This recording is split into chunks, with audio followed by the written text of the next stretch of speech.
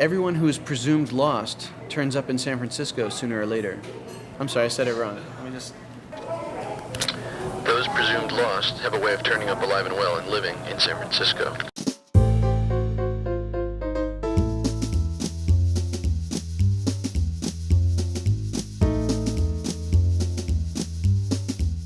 San Francisco is a creative city that's open to everything and supports all creativity. I'm the author of San Francisco's Haight-Ashbury, which is part of the Images of America series. The title of my book is Going to See the Elephant. My story is about Slater Brown, a young man who comes to the city believing he's the greatest writer in the history of the world. The only problem is he hasn't published anything yet.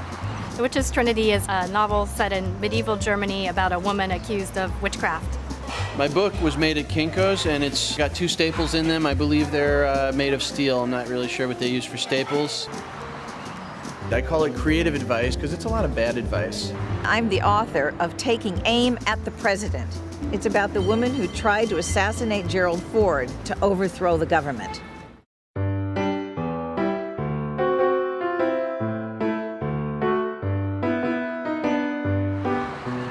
I personally love the combination of natural beauty and what humanity does. Lucius Beebe, who's one of the founding fathers of San Francisco, wrote about the city that it was the clangor of the cosmopolis that attracted him. People who would get harangued for stuff in another city and just be themselves here, there's less accountability. Just, be nice and don't double park. This is just a place that's easy to be with your thoughts, which is what you need to be to write.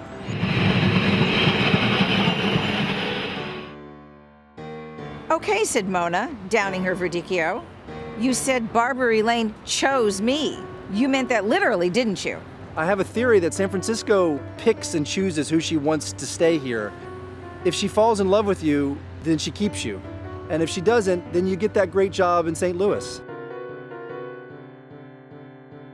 San Francisco is my wife.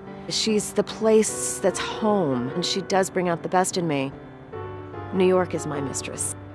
San Francisco knows that, but knows that I will always come home.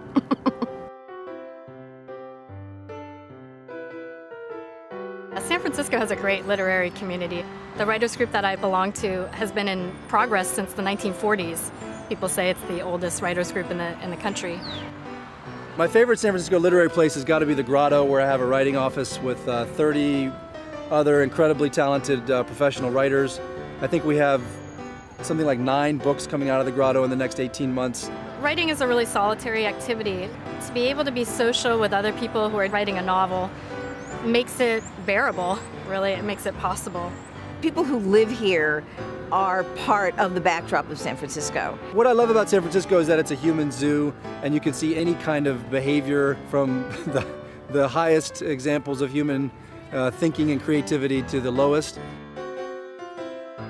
It's great to support your local bookseller who is your neighbor, a friend of yours who's selling books. Booksmith, I used to live in the Haight. I've been in and out of there constantly. I just feel very, very fortunate to have that as my local. San Francisco reading audiences are a challenge. People are very supportive and receptive. But if that were all, it would not be a gratifying experience. They know their Nabokov reference from their Proust reference. They keep you on your toes. They just ask you to be clever. It can be rude, it can be offensive, just be clever.